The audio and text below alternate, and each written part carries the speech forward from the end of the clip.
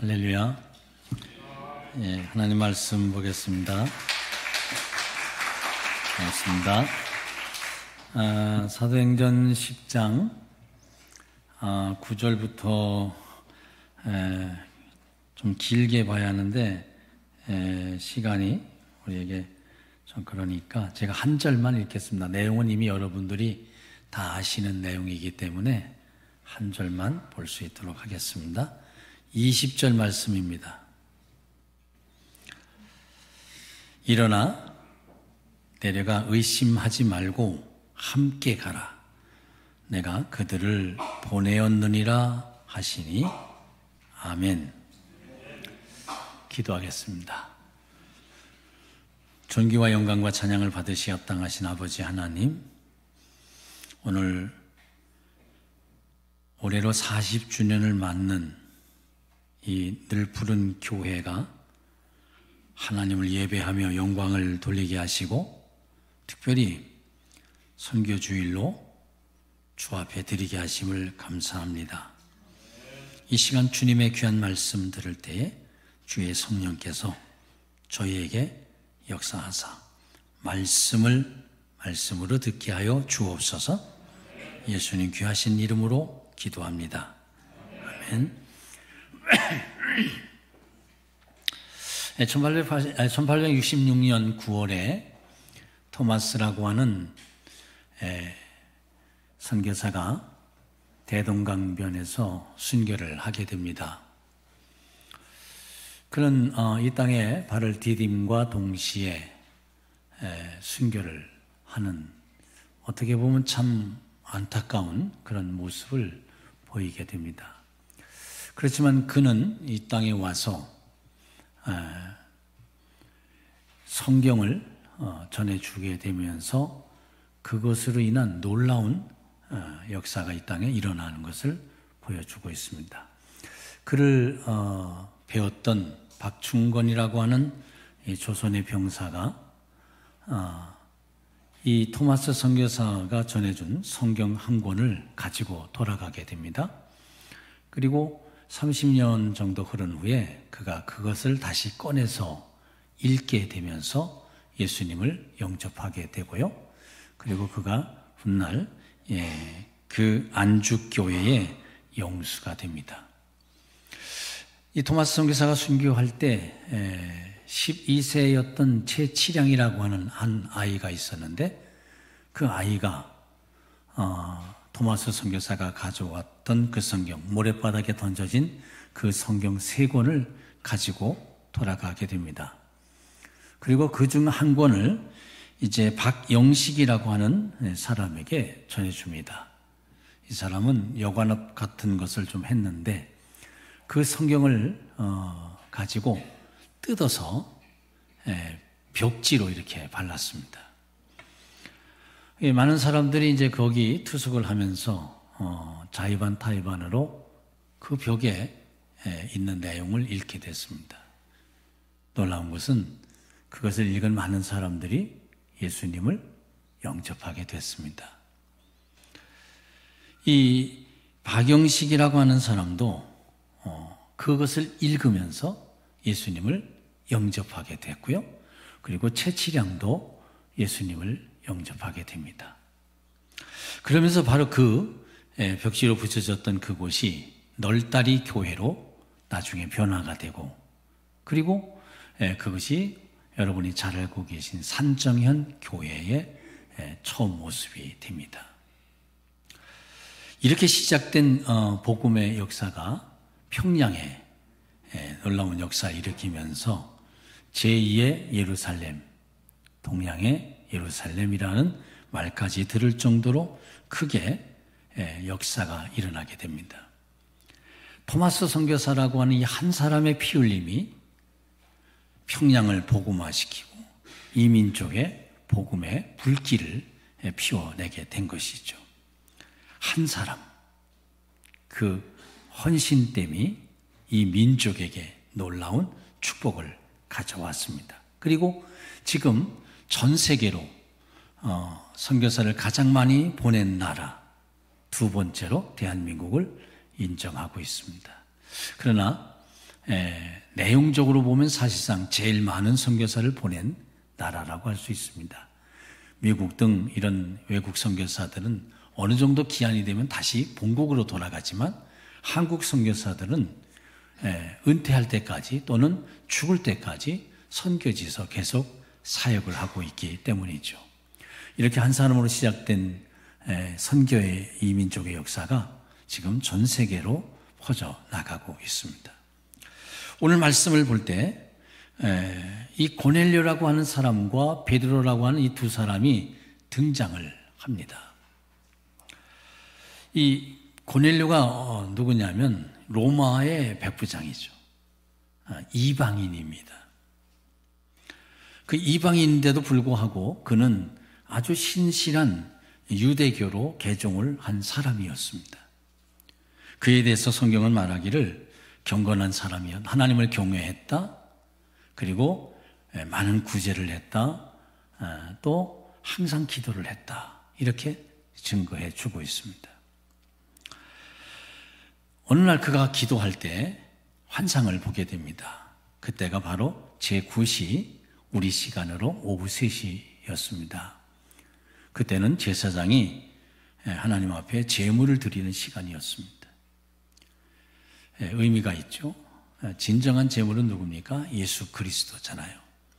그 시간에 제물을 드릴 때 주의 천사가 그에게 찾아와서 두 가지 이야기를 합니다. 하나는 내 기도와 구제가 하나님 앞에 상달되어 기억된 바 되었다. 또 하나는 지금 욥바로 사람을 보내서 베드로를 청하라. 이렇게 말씀을 합니다. 이 두 가지 말씀을 듣고 이 고넬료는 베드로에게 사람을 보내게 됩니다. 그 다음 날 베드로가 기도하러 지붕에 올라갔습니다. 그때는 제6시 정오의 시간이었습니다. 시장할 때입니다. 그래서 다른 사람이 음식을 만들고 있을 때 주의 환상이 베드로에게 임했습니다. 베드로에게 큰 보자기에 쌓인 하나의 그릇이 내려왔습니다. 거기에는 부정한 것들이 담겨져 있었습니다. 땅을 기는 것들, 네 발 가진 짐승, 공중을 나는 것들, 이런 것이 들어있었습니다. 그때 주님께서 베드로에게 이것을 잡아 먹으라 그렇게 말합니다. 근데 베드로가 그렇게 얘기합니다. 그럴 수 없습니다. 주여, 그럴 수 없습니다. 나는 깨끗하지 않은 것, 속된 것들은 지금까지 먹지 않았습니다. 먹을 수 없습니다. 여러분, 주님께서 뭐라고 하셔요? 잡아 먹으라고 하면 어떻게 해야 돼요? 잡아 먹어야죠. 근데 베드로는 그럴 수 없다고 합니다. 상상할 수 없는 일이 지금 벌어지고 있는 거예요. 그것도 한 번도 아니고 3번씩이나 이렇게 하죠. 베드로는 여전히 뭐예요? 예수 그리스도가 나의 주님이고 그를 위해서 헌신되어졌다고 말하는데도 불구하고 여전히 그는 자기의 세계, 자기가 지금까지 살아왔던 율법적인 그 모든 것에 의해서 살고 있는 거예요. 예수를 믿는데도 불구하고. 여러분, 이건 오늘 우리들의 모습일 수 있어요. 예수를 믿는다고 하면서 주님을 사랑한다고 말하면서도 여전히 나로 살아가고 있는 거죠. 주님이 말씀하셨으면 어떻게 돼요? 순종해야죠. 그러나 베드로는 여전히 자기의 세계를 가지고 있었다. 여러분, 우리는 주님의 자녀이고 주님의 종이에요. 왜요? 예수 그리스도를 나의 주님이라고 부르거든요. 그러면 나는 그의 종이에요. 노예예요. 노예는 자기가 없어요. 오직 주인이 말씀하는 대로 따를 뿐이죠. 여러분, 주가 말씀하시면 들으시기를 바랍니다. 주가 말씀하시면 들어야 돼요. 그게 믿음이에요. 자, 베드로가 잠에서, 이 환상에서 깨어났어요. 이게 무슨 일일까 하고 고민하고 생각하고 있는 중에 밖에서 소리가 들립니다. 여기 베드로가 있느냐? 고넬료가 보낸 사람들이 도착한 거죠. 그래서 베드로에게 사람이 찾아왔을 때 주께서 또 그에게 말씀합니다. 성령이 그의 마음에 감동하시기를 두 사람이 너를 찾았으니까 일어나 내려가 의심하지 말고 함께 가라. 그럼 오늘 말씀의 제목인 고넬료에게 가라. 내가 그를 너에게 보냈다 라고 말씀합니다. 여러분, 고넬료에게 가라는 거예요. 고넬료가 누구예요? 로마인이에요? 이방인이에요. 그에게 가라는 거예요. 베드로가 고넬료를 만났을 때 이렇게 얘기합니다. 유대인으로서 이방인과 교제하며 가까이 하는 것이 위법이다 라고 말했어요. 위법이라는 거예요. 그러니까 이 위법 상태를 지금 베드로가 범해하라고 지금 주님이 말씀하는 거예요. 유대인으로서는 이방인에게 가면 그건 불법이 되는 거죠. 근데 지금 누가 말씀하셨어요? 주님이 말씀하신 거예요. 그래서 베드로에게 이방인에게 가라. 너의 상식, 너의 법, 너의 어떤 것으로는 이해가 안 가는 일이지만 주님이 말씀하시니까 순종해야 된다는 거죠. 베드로가 어떻게 했습니까? 순종해서 고넬료에게 갔습니다. 그러면서 베드로가 그렇게 얘기합니다. 하나님께서 지시하사. 여러분, 선교는 하나님이 지시하신 일입니다.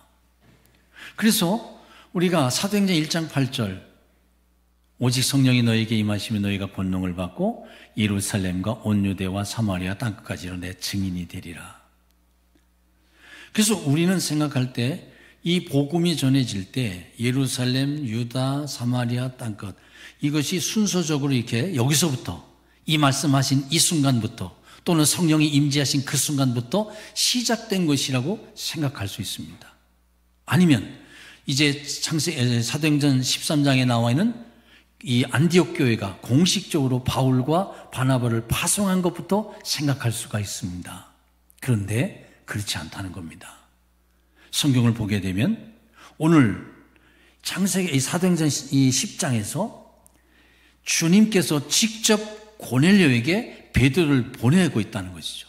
이방인에게 바울이 가서 만나게 될 이방인들에게 지금 주님께서 베드로를 시켜서 복음을 전하게 하고 있다는 거예요. 이미 하나님께서, 이미 주님께서 선교를 하고 계시는 것을 보여주고 있습니다. 또 하나, 사마리아로 가라고 말씀했잖아요. 그런데 요한복음 4장을 보게 되면 이미 예수님께서 사마리아에 가셔서 복음을 전하신 걸 볼 수가 있습니다. 여러분, 사마리아 사람이 누구예요? 같은 유다 땅에 살고 있음에도 불구하고 이방인처럼 취급을 받고 있던 사람들입니다.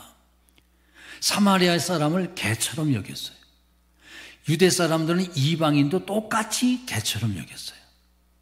그러니까 사마리아 땅은 유대 땅에 있었다 할지라도 이방 땅이나 다를 바가 없는 곳이고 이방인들이나 다를 바가 없는 곳인데 예수님께서 그곳으로 가셔서 그 사마리아 여인에게 하나님의 나라 그리고 예수 그리스도를 증거하고 계시는 것이죠.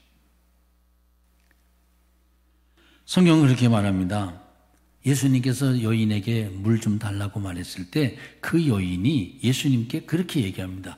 유대인으로서 어찌하여 사마리아 여자인 나에게 물을 달라 하나이까? 이렇게 그 여인이 말한 것에 대해서 요한복음을 기록한 요한은 거기다가 설명 한 구절을 붙여놓습니다. 이렇게 설명을 붙였어요.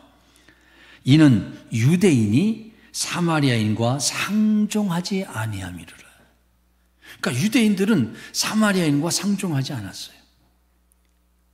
그래서 갈릴리에서 예루살렘 올 때면 사마리아를 이렇게 돌아서 이렇게 왔어요. 먼 길. 예루살렘에서 갈릴리 갈 때도 돌아서 이렇게 올라가야 했단 말이죠. 그러니까 아주 사마리아 사람을 정말 개처럼 여기면서 상대하지 않았단 말이죠. 그런데 예수님은 그 사마리아로 들어가셔서 사마리아 여인에게 예수 그리스도 당신을 증거하시는 놀라운 역사가 일어나고, 사람들이 두려워서 사람들의 눈을 피해서 사람들이 오지 않는 시간에 우물에 와서 물을 기르러 왔던 이 여인이 예수 그리스도를 만나고 예수 그리스도가 메시아인 줄을 깨달은 다음에 그는 어디로 갑니까? 집으로 가지 않았어요. 사람들에게로 달려가서 내가 메시아를 만났다, 그렇게 전하는 여인으로 완전히 바뀌어버린 거죠. 선교는 뭐예요? 이미 하나님께서, 주님께서 시작하셨고 사도행전 1장 8절의 말씀은 이미 뭐예요? 이루어지고 있었다. 자, 그럼 선교는 뭐냐 이거죠. 선교는 이미 여러분이 다 잘 알고 있습니다. 근데 저는 본문을 중심해서 세 가지를 좀 말씀드리려고 그래요. 선교는 하나님의 본성이라는 거예요. 선교는 교회의 본성이기 이전에, 그리스도인들의 본성이기 이전에 하나님의 본성이라는 거예요. 왜요? 이것은 이미 하나님께서 시작하신 일이에요. 선교는 하나님의 마음이었고 하나님의 뜻이었고, 그래서 선교의 근원은 하나님이시라고 하는 사실이죠. 하나님께서 시작하신 일이에요. 하나님께서 예수 그리스도를 이 땅으로 보내셨고, 예수 그리스도는 이 땅에 오셔서 하나님의 뜻을 행하셨고, 그리고 예수 그리스도는 이 땅에서 제자들을 만드시고 그 제자들을 땅 끝까지 가라고 말씀하셨고, 그리고 성령이 임하여 그 선교의 모든 것을 돕도록 역사하셨다는 것이죠. 그래서 선교는 누가 시작한 것이냐? 하나님이 시작하신 일이다. 선교는 교회가 시작한 것이 아니라, 또는 선교 역사에 나온 어떤 인물이 시작한 것이 아니라, 선교는 누가 시작했어요? 하나님이 시작하셨다. 그럼 우리가 하나님이 시작하신 일이고 예수 그리스도가 이 땅에 오셔서 그 하나님의 뜻을 행하신 일이고 성령이 역사하셔서 진행되어진 일이다. 그리고 그 선교의 모든 그 역사 속에서 우리가 예수 그리스도를 만났어요. 토마스 선교사가 오고 언더우드 암펜젤라 선교사들이 이 땅에 오고, 그리고 우리가 예수 그리스도를 만났고, 그리고 그것은 어떻게 해요? 우리에게서 또 열방을 향해서 나가도록 되어졌다는 거죠. 선교는 누가 시작했어요? 하나님이 시작하셨어요. 그래서 선교는 하나님의 일이, 하나님을 믿는 사람들이 감당해야 할 일이죠. 두 번째, 선교는 뭐냐? 이게 중요한 건데요, 선교는 복음을 전하는 일이래요. 복음을 전하니. 선교는요, 내 경험을 전하는 게 아니에요. 선교는 내가 가진 문화를 전하는 게 아니에요. 제가 필리핀에 가서 선교하니까 필리핀의 한국 문화를 전하러 간 게 아니에요.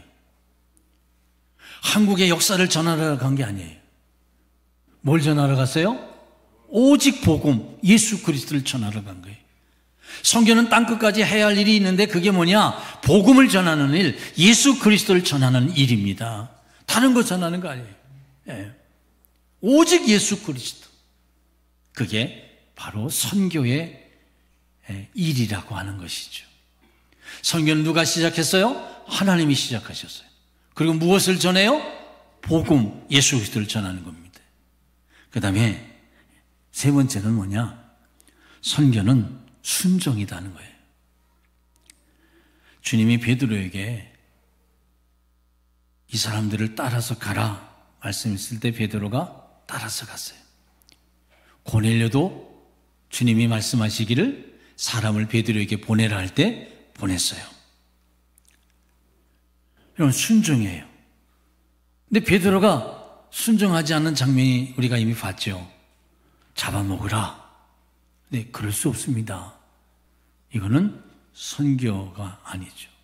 이 상태에선 선교가 되지 않았어요. 그런데 어떻게 해요?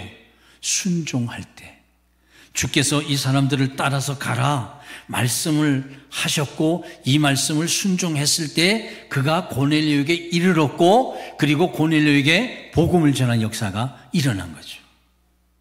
그러니까 선교는 뭡니까? 순종이에요. 주께서 우리에게 말씀하셨습니다. 어떻게 해요? 땅끝까지 가라. 너희는 가서 모든 족속으로 제자를 삼고 아버지와 아들과 성령의 이름으로 침례를 주고, 한국에서는 침례교회만 주로 침례 주고, 물론 타교단도 주는 데 좀 생기긴 했지만 세례를 대부분 하잖아요. 선교지에서는 다 침례를 줘요. 감리교 선교사님이든 장로교 선교사님이든 어떤 교단 선교사님이든 선교지에서는 다 침례를 줘요. 그러니까 침례교회가 제일 복음적인 걸 거기 가서 알 수가 있어요. 주님 뭐라고 그랬어요? 침례를 주고 내가 너에게 분반 모든 것을 가르쳐 지키게 하라. 성령이 너에게 임하시면 너희가 권능을 받고 예루살렘과 온 유대와 사마리아와 땅끝까지 이르러 내 증인이 되라. 순종하는 겁니다. 그래서 선교는 뭐냐? 하나님이 시작하신 일. 선교는 무엇을 전해요? 복음, 예수 그리스도를 전하고, 그리고 이것을 들은 우리가 어떻게 해요? 순종하는 것이 선교다라는 거죠. 두 가지 결론을 내립니다. 첫째는 선교에 참여하라는 것입니다. 빌립보서 1장 5절에서 바울은 그렇게 얘기합니다. 빌립보 교회를 향해서 복음을 위한 일에 참여하고 있기 때문이다, 이렇게 얘기합니다.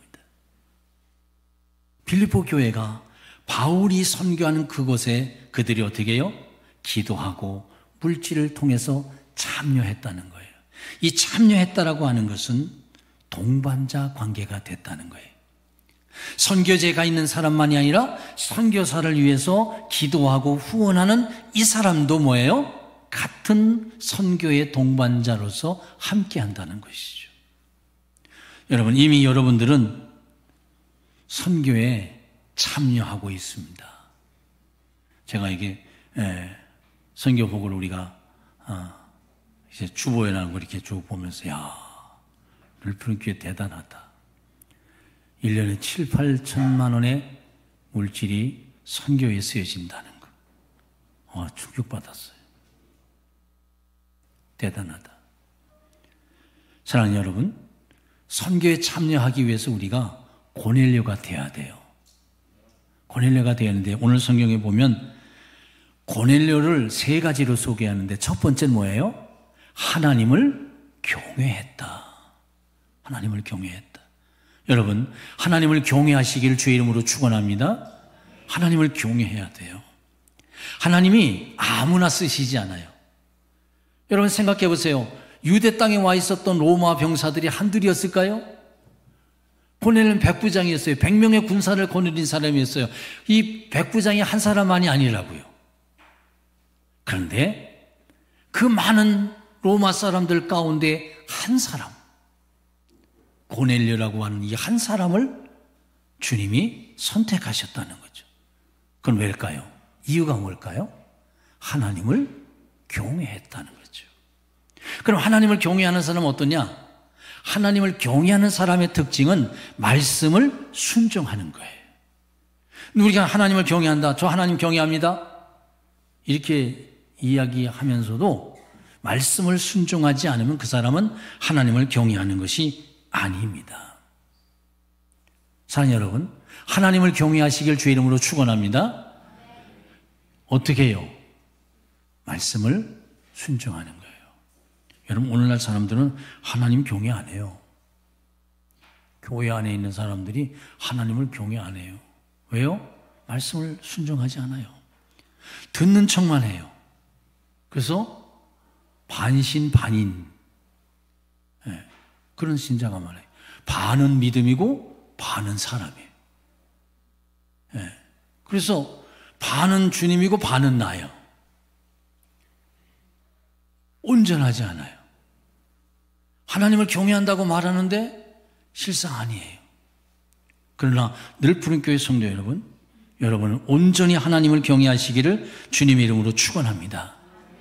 그 다음에 이 고넬료에 대해서 이야기하기를 구제를 많이 했다. 그럼 구제하려면 뭐가 필요해요? 물질이 필요하죠. 여러분, 스코틀랜드의 두 분의 목사님이 이야기를 나눴대요. 이분들은 훌륭한 목사님, 아주 이름 있는 목사님, 소문난 목사님이 아니었어요. 아니었는데 이 두 분이 만나서 이야기를 하기를 한 분 목사님이 이렇게 얘기를 했어요. 저는 지난 3년의 목회를 하는 동안 진정한 의미에서 거듭난 사람은 한 사람밖에 얻지 못했습니다. 3년 목회를 하면서 거듭난 사람, 진정으로 거듭난 사람 한 사람뿐이 얻지 못했습니다. 그랬더니 또 한 분의 목사님 말합니다. 저는 얼마 전에 집회를 했습니다. 아프리카 선교를 위해서 헌금을 하고 헌신자를 찾는 집회를 했는데 사람들도 별로 오지 않았고 헌금도 얼마 되지 않았습니다. 그런데 한 사람, 한 소년이 헌금 그릇에 올라가 앉더니 저는 돈이 없으니 제 몸을 바치겠습니다 라고 했지요. 이렇게 얘기했습니다. 이 두 분이 이야기를 나누고 몇 년이 흐른 다음에 3년 만에 딱 한 사람 얻었다고 하는 그 사람, 그게 누구냐면 로버트 마펫입니다. 그 사람은 후에 아프리카 선교의 기초를 놓는 사람이 됐습니다. 또 그릇에 올라가 앉았다고 하는 그 사람, 그게 누구냐면 리빙스턴입니다. 데이비드 리빙스턴. 그는 아프리카 대륙에 예수의 복음의 불을 지른 위대한 하나님의 사람이 된 것이죠. 그가 말했어요. 저는 드릴 헌금이 없어요. 그 대신 제 자신을 아프리카를 위해서 몽땅 드리겠습니다. 여러분, 선교는 자신을 드리는 것입니다. 우리 자신을 드리는 거예요. 우리 자신을 드리는데 그럼 선교지로 가야겠죠. 그러나 그렇게 가지만 선교에 참여하는 방법이 있어요. 그게 뭐예요? 우리의 마음이 담긴 물질을 하나님 앞에 드리는 거죠. 여러분들이 그렇게 하고 있잖아요. 그러게 그것이 바로 선교를 위해서 굉장히 중요한 것이다 라는 것입니다. 그 다음에 세 번째로 고넬료가 되는 것은 뭐냐? 고넬료에게 이렇게 말씀합니다. 항상 기도했다. 여러분, 기도하는 것입니다. 기도는 영적인 무기입니다. 선교는 최전선에서 영적 싸움을 하는 것인데 그 최전선에서 가장 중요한 게 뭐냐? 기도라고 하는 거예요. 그래서 선교사 자신도 기도해야 하지만 여러분들이 뒤에서 기도로 지원을 할 때 선교는 이루어지게 되는 것입니다. 여러분, 우리가 하나님을 경외하고 그리고 물질로 참여한다 할지라도 기도하지 않으면 안 됩니다. 기도가 함께 할 때 역사가 일어난다는 것입니다. 그러므로 여러분, 첫 번째 결론입니다. 선교에 참여하고 계신 여러분은 더 마음을 계속해서 가져주시기 바랍니다. 자, 두 번째 마지막 결론입니다. 그것은 뭐냐? 선교 민족이라고 하는 것입니다. 여러분, 토마스 선교사가 이 대동강변에서 피 흘리면서 순교를 했습니다. 그리고 그 이후에 선교사들이 계속해서 들어왔습니다. 양화진 묘역에 395명의 사람들이 묻혀 있습니다. 그렇게 이 땅에 복음이 들어와서 복음을 받아들인 이 복된 민족이 선교 민족이 됐다는 것이죠. 여러분, 이 조선이라는 나라가 사라져가고 있을 그때 1903년에 하와이로 선교사를 파송한 나라가 바로 우리 민족이었다는 거예요. 홍승하라고 하는 분을 선교사로 파송했어요. 그리고 나라를 잃어버린 1912년에 3명의 선교사를 중국 산둥성으로 보냈어요. 그 왜 산둥성으로 보내느냐? 공자의 고향이 거기에. 공자가 이 조선의 유교를 전해줬기 때문에 이제 우리가 그곳에 가서 복음을 전해야 한다고 하면서 산둥성을 선택해서 그곳으로 갔어요. 나라를 잃어버린 그때 정말 이 나라가 없는 그 상황 속에서도 선교사를 보내는 민족이 됐다고 하는 것이죠. 그뿐이 아닙니다. 유교가 끝난 1954년 나라가 엉망이고 황무지 같고 가난에 찌들어 있던 그때에 태국으로 선교사를 파송하는 나라가 됐습니다. 그리고 우리가 아직도 일어서지 못하고 있을 1970년에 베트남으로 선교사를 보내고 그리고 필리핀으로 선교사를 보내는 이런 민족이었다는 사실이죠. 그리고 지금은 거의 3만 명에 육박하는 선교사가 세계 도처에 흩어져서 복음을 전하고 있습니다. 선교 민족이 됐다는 것, 놀라운 일이고 놀라운 축복입니다. 선교를 받았던 나라가 이렇게 많은 선교사를 보낼 수 있는 축복된 선교 강국이 됐다고 하는 사실이죠. 그러나 여러분, 아직도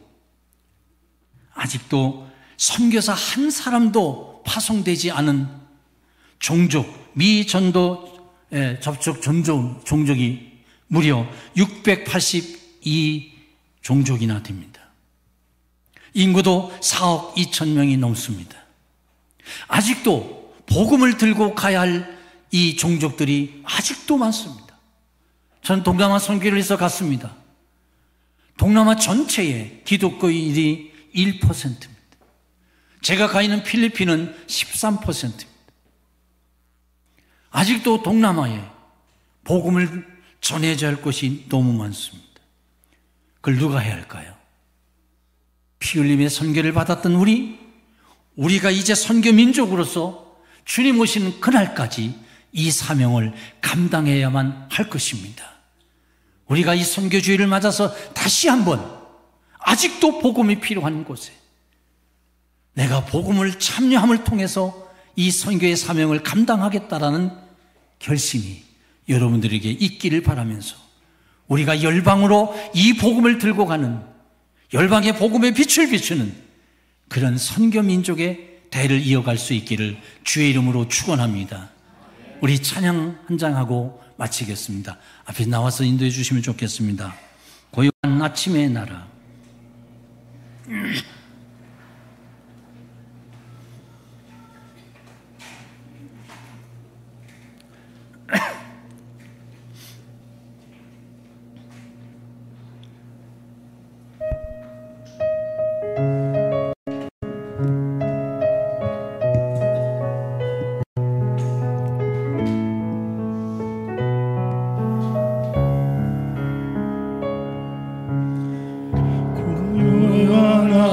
아침의 나라 길었던 흑암의 세월 하나님 보호하사 땅에 새날이 왔네. 주님의 흘리신 생명의 강으로 흘러 죽었던 이 땅 살리고 하늘 은혜 열렸네. 아멘.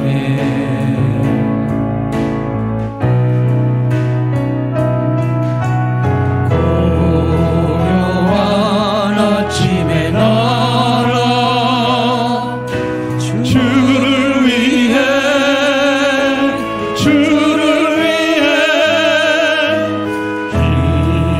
일어니 주님의 백성 일어나라 빛을 발하라 주의 영광 위에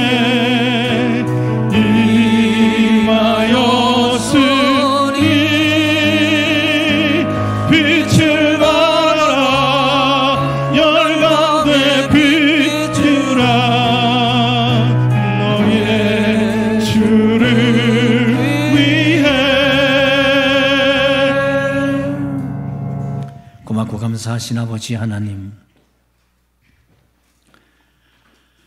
베드로가 고넬료에게 갔던 것처럼 바울과 바나바가 복음을 들고 아시아로 유럽으로 갔던 것처럼 토마스 선교사가 복음을 들고 이 땅에 와 순교했던 것처럼 또 이 민족이 복음을 들고 세계 곳곳으로 갔던 것처럼 저희는 복음을 들고 가는 거룩하고 복된 심령과 교회가 되기를 소원합니다.